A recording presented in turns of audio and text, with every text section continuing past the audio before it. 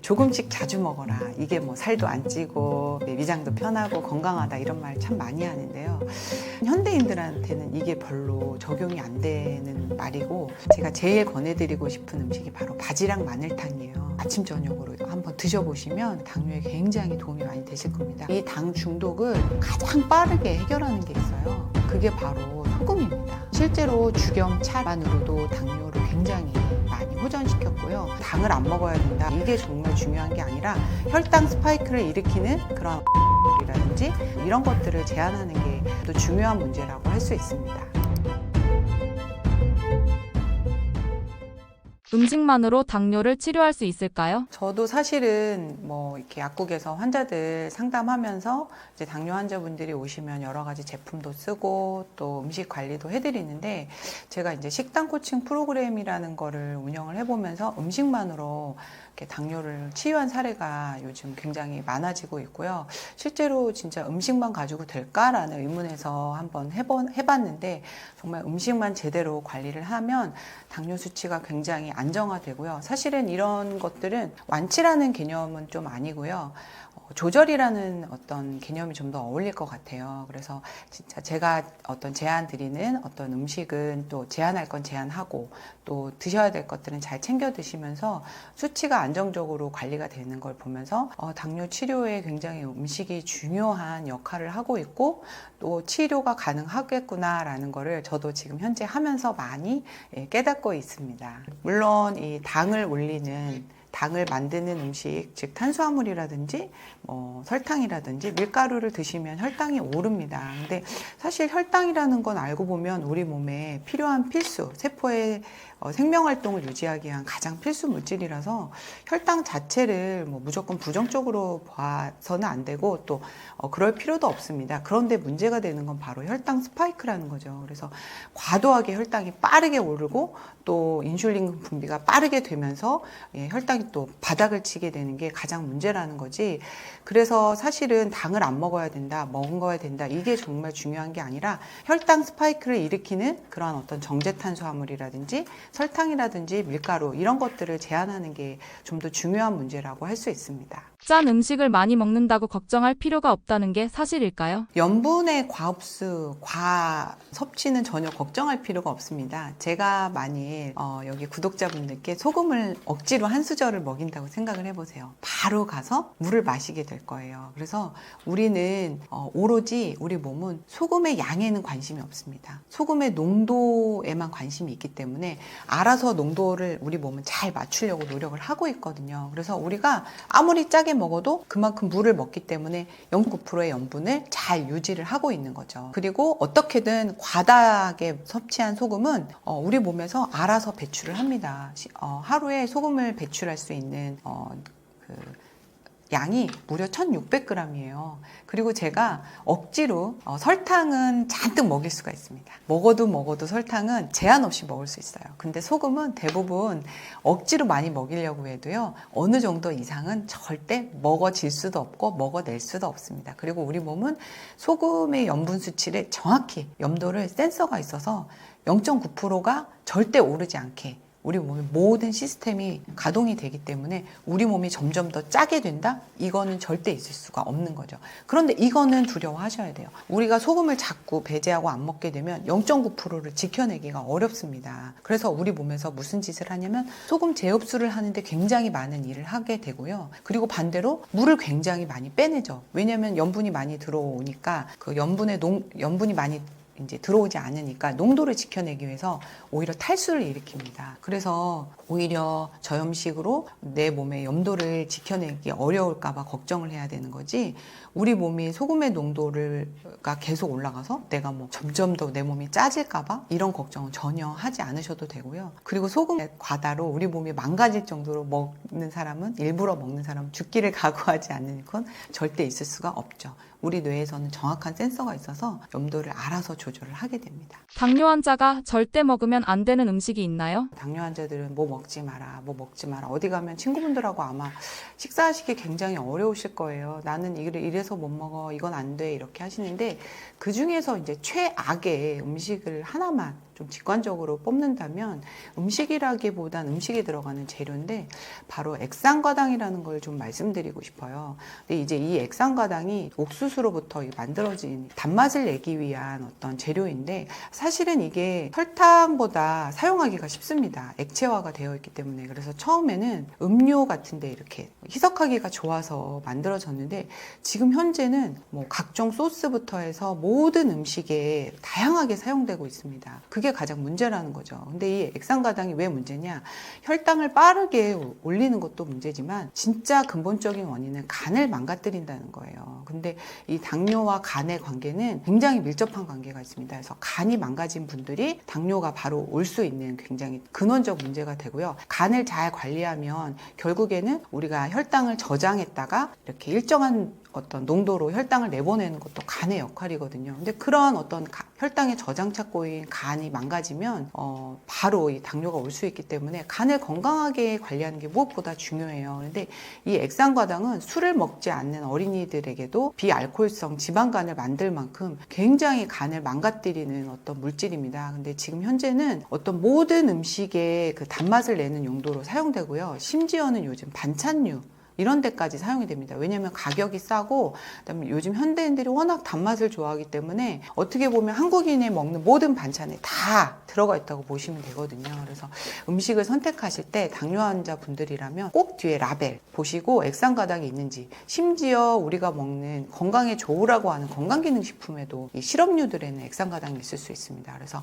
잘 보시고 과당만 잘 피하셔도 제가 볼 때는 어느 정도 당을 관리하시는데 굉장히 도움을 받으실 수 있을 것 같습니다. 당뇨 환자 최악의 식습관은 어떤 게 있을까요? 예전에 보면은 왜 조금씩 자주 먹어라. 이게 뭐 살도 안 찌고 위장도 편하고 건강하다 이런 말 참 많이 하는데요.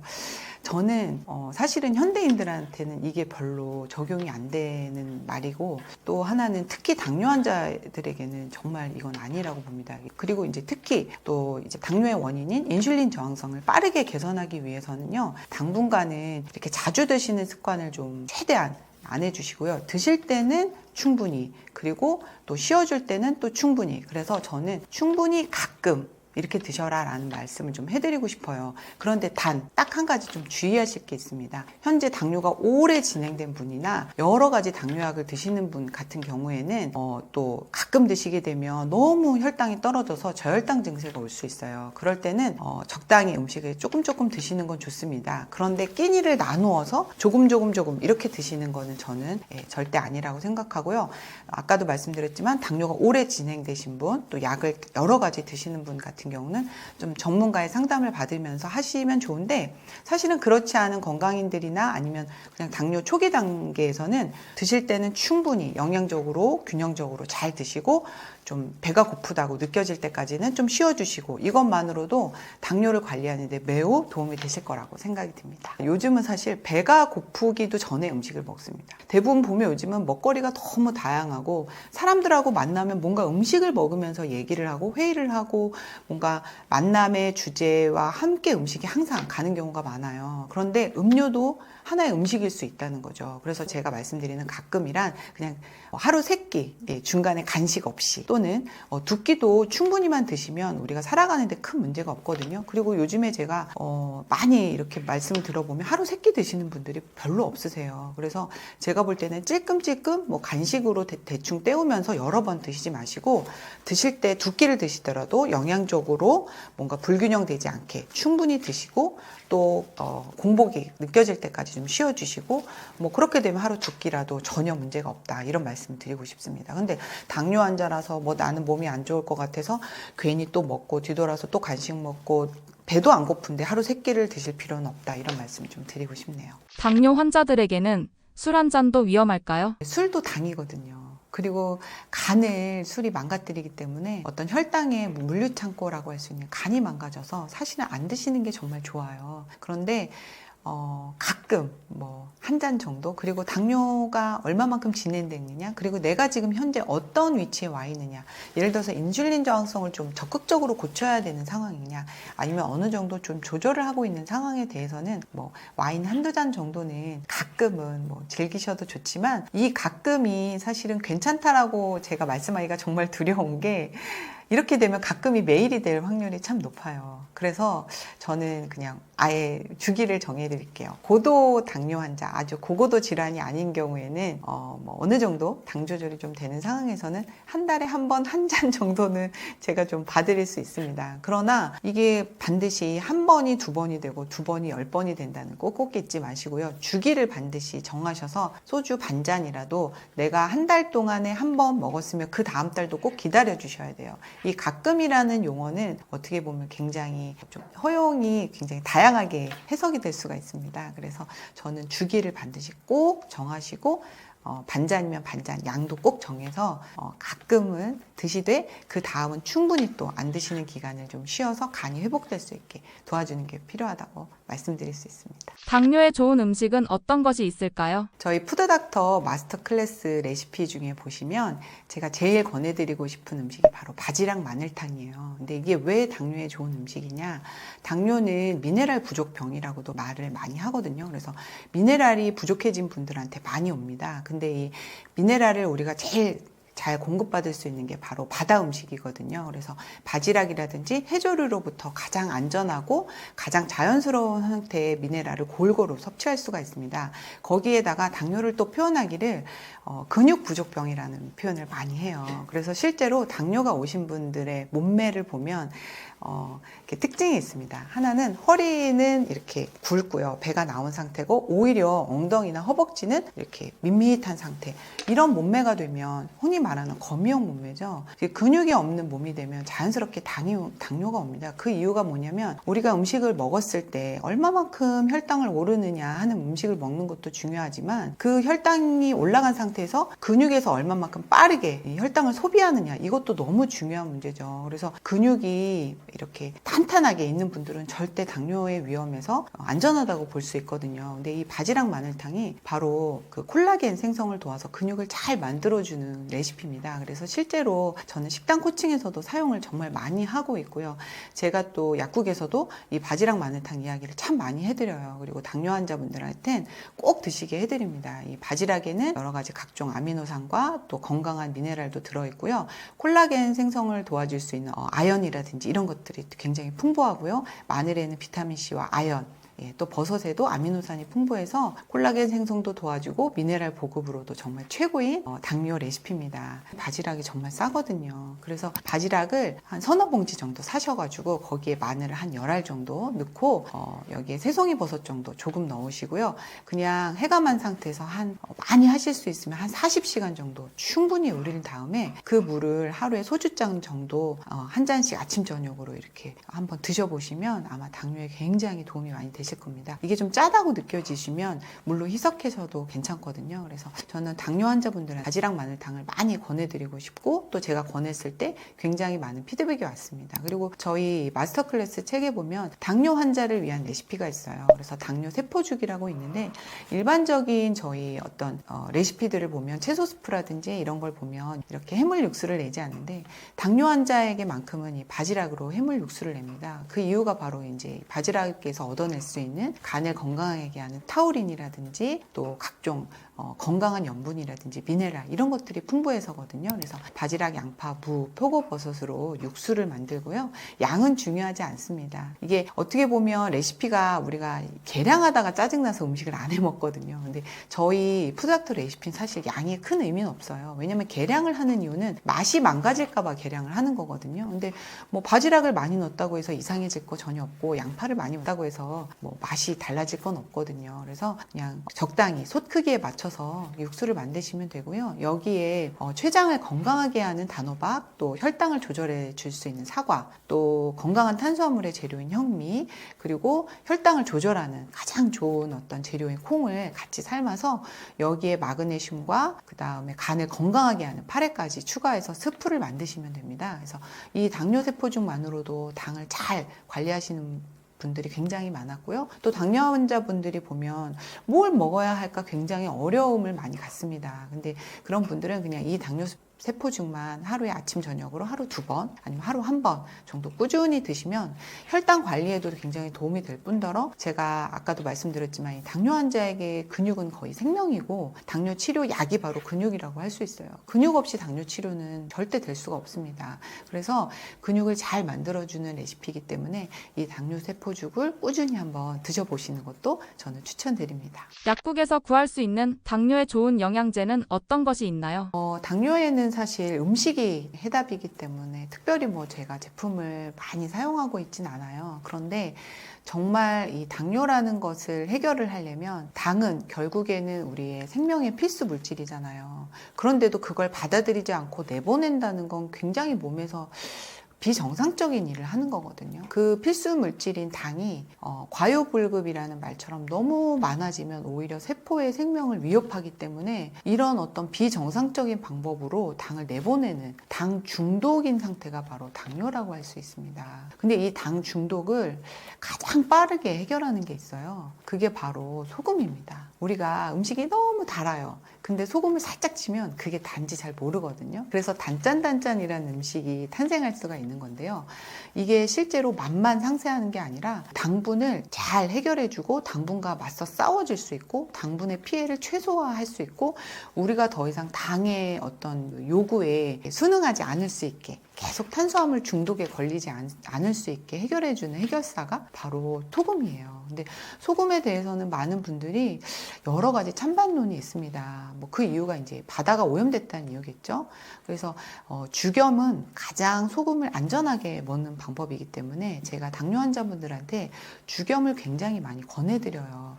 근데 죽염은 이렇게 9번 대나무 속에 구워지는 과정 속에서요. 대나무에 좋은 칼륨이라든지 각종 미네랄들이 흡수가 계속 되면서 또 하나는 미세 플라스틱이라든지 각종 바다 그 오염 물질들은 그 9번 구워지는 과정 속에서 연소가 돼서 날아갑니다. 그래서 죽염은 굉장히 건강하게 염분과 미네랄을 섭취하고 또 아주 간편하게 섭취하는 방법이에요. 제가 아까 바지락 마늘탕도 말씀드렸고 해조류의 중요성을 말씀드렸는데 사실은 해조류를 이렇게 외식을 할 때 먹기가 사실 쉽지가 않습니다. 그래서 저희가 죽염은 어떻게 보면 바다의 모든 미네랄을 가지고 있는 하나의 결정체라고 말씀드릴 수가 있는데 해조류도 가장 편리하게 해조류의 장점 먹을 수 있는 것도 또한 죽염이라고 말씀드릴 수가 있어요. 그래서 저는 실제로 죽염 차만으로도 당뇨를 굉장히 많이 호전시켰고요. 또 뭐 비만이라든지 인슐린 저항성 이런 것들의 문제를 잘 해결되게 만들어드린 사례가 참 많습니다. 그리고 아까도 말씀드렸지만 이 당뇨의 어떤 근원적인 원인이 바로 이 인슐린 저항성인데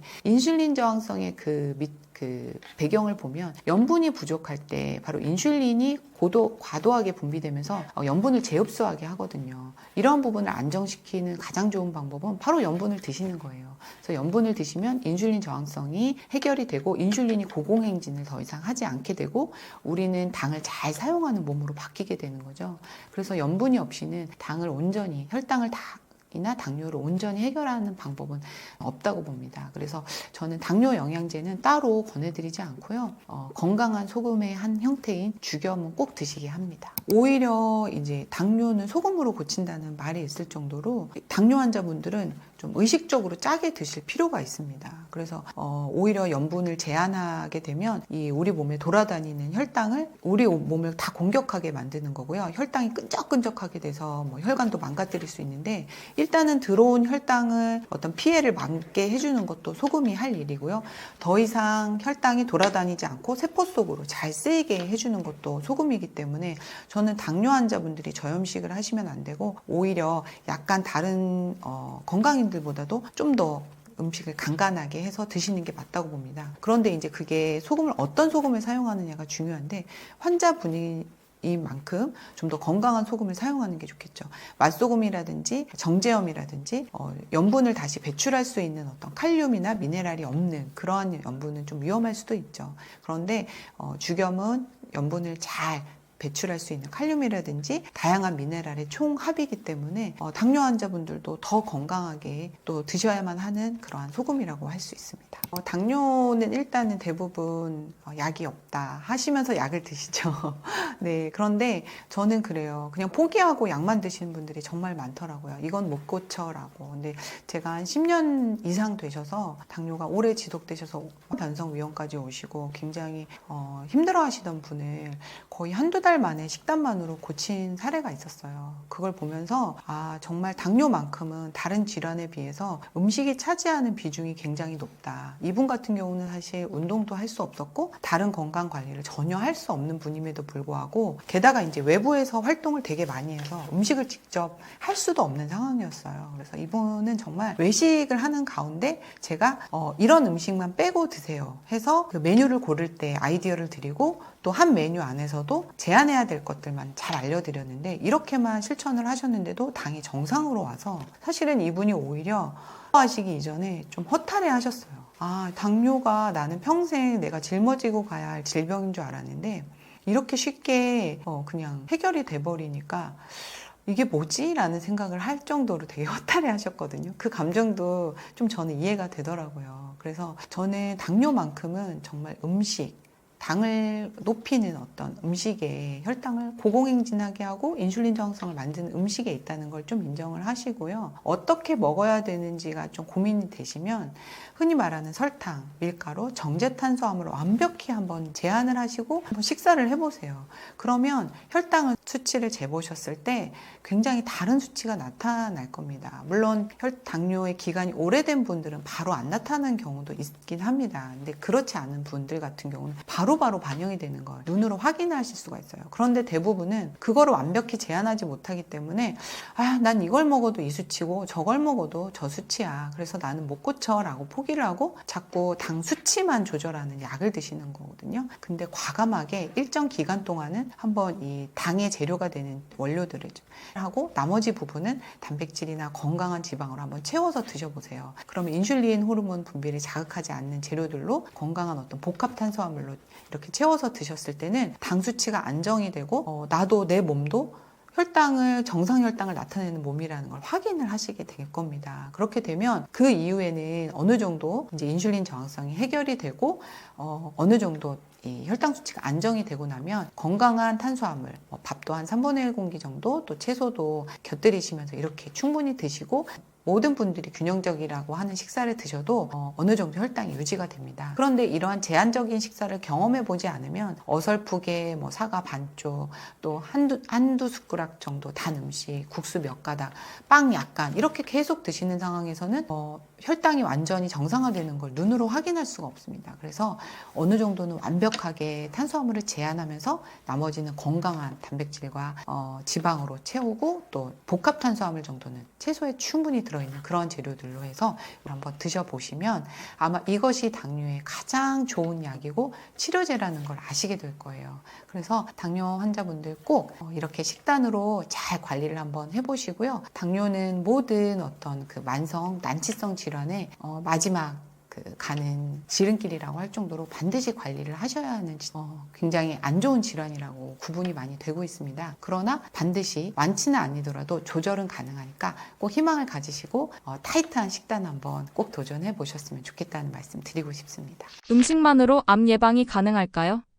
많은 분들이 이 암의 원인을 공해, 독소, 스트레스 이런 것들을 많이 꼽습니다. 근데 저는 진짜 요즘 세계전쟁, 3차 세계대전은 없지만 3차 세계전쟁이라고 표현할 만큼 공해와의 전쟁 시대에 살고 있다는 생각이 참 많이 들어요. 그만큼 각종 공해와 독소가 너무 많고요. 그 중에는 미세먼지라든지 전자파와 같은 보이지 않는 것들도 있지만 사실은 가장 우리가 자주 접하고 있고 또 가장 비중을 많이 차지하고 또 가장 오염도가 심각한 게 바로 음식 독소라는 생각이 듭니다. 그래서 암의 원인이 되는 발암물질이 되는 어떤 음식의 비중이 가장 크기 때문에 저는 예방되는데 굉장히 중요한 부분을 차지하고 있고요. 그 예방의 방법은 이제 오염된 음식을 최소화하는 게 더 먼저라는 거죠. 거죠. 어떤 음식이 좋을까보다는. 그리고 반대로 이제 어떤 동물들은 이제 어떤 해독 능력이 결국에는 이 식물류에서부터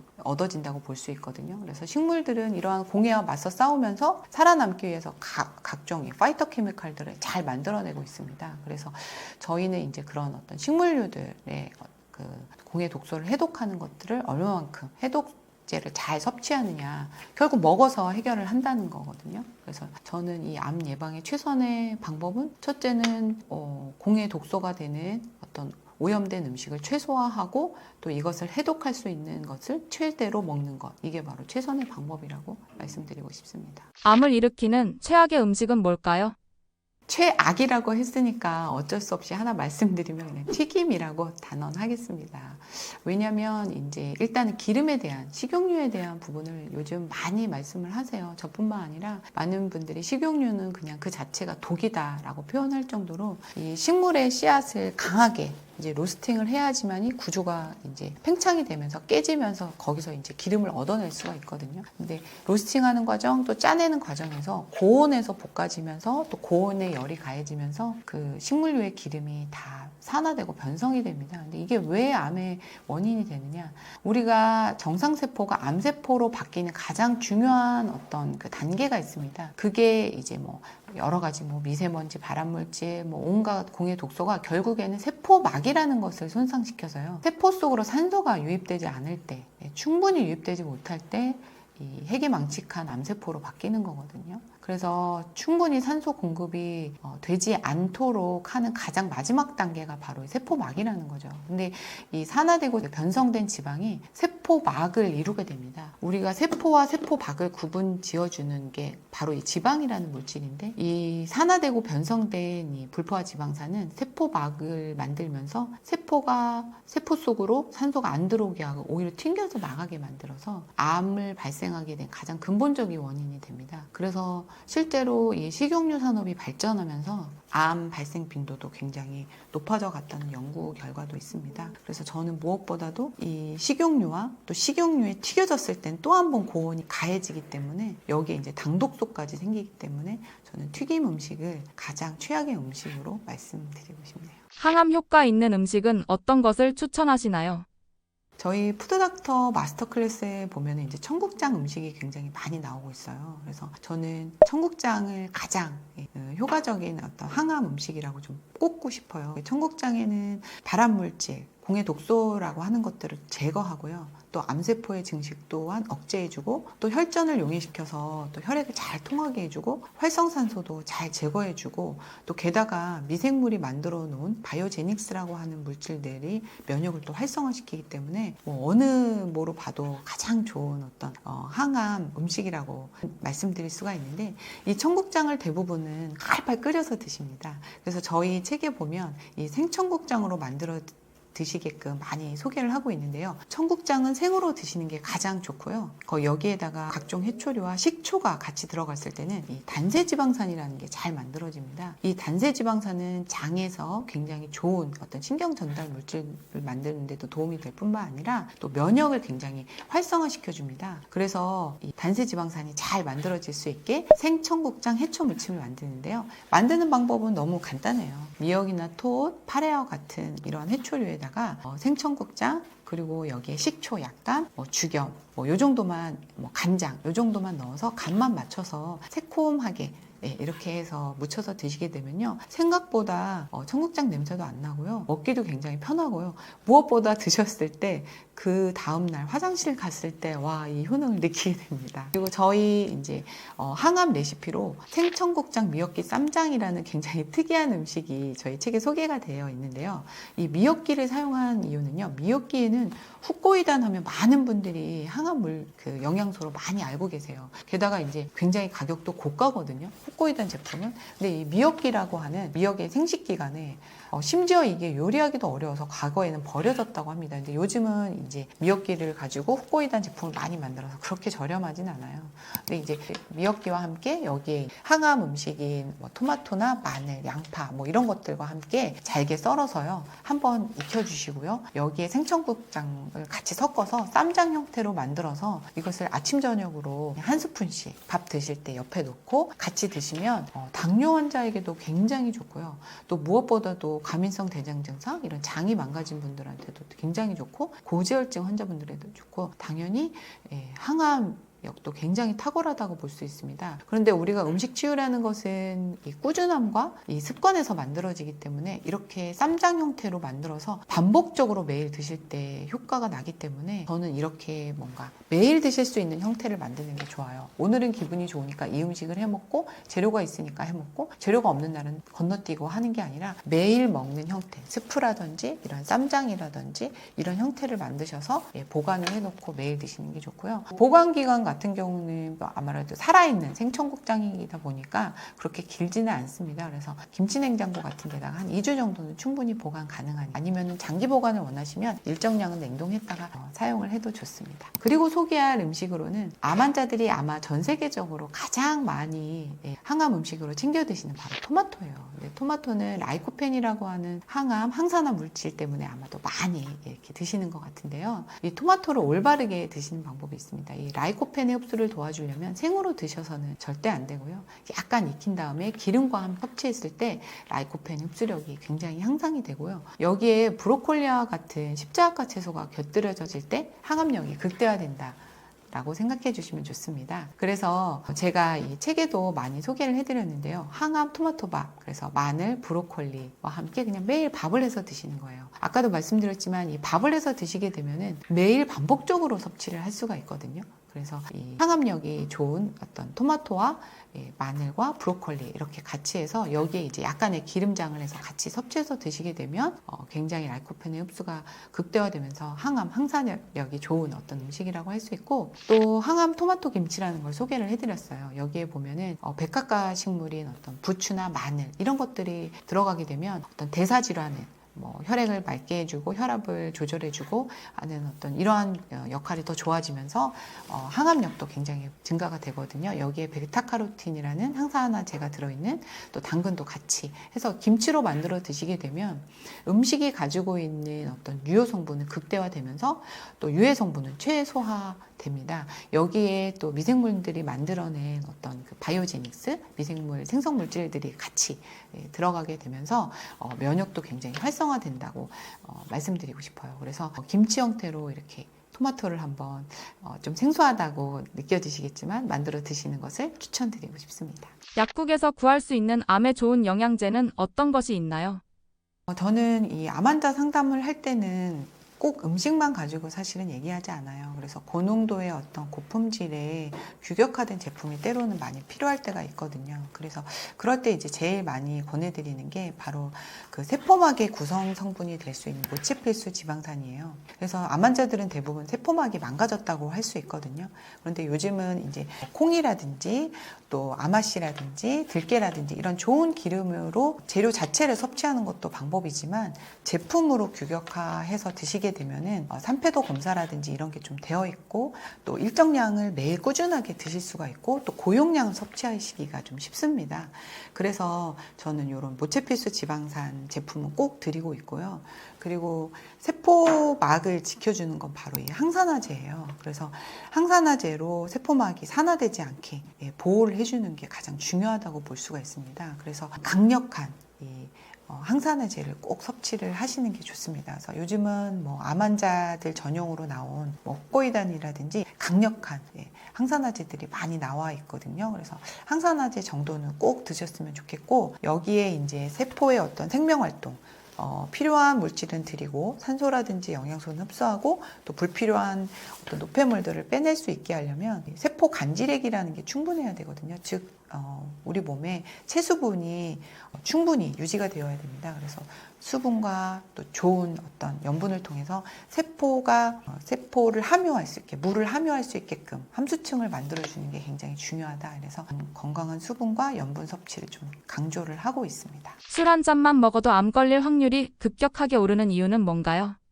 암의 예방에도 음주는 당연히 필수고요. 또 암이 지금 현재 진행 중이거나 아니면은 암은 이제 어느 정도는 치료가 돼서 현재 관리 중인 분들도 음주만큼은 꼭 좀 피해 주셨으면 좋겠어요. 예, 그래서 완벽하게 제한하시는 게 좀 많이 필요하다 말씀드리고 싶고요. 좀 관리가 너무 잘 돼서 좀 컨디션이 너무 좋다 할 때는 뭐 가끔 한 번은 드시지만 반드시 쉬어주는 기간이 필요하고요.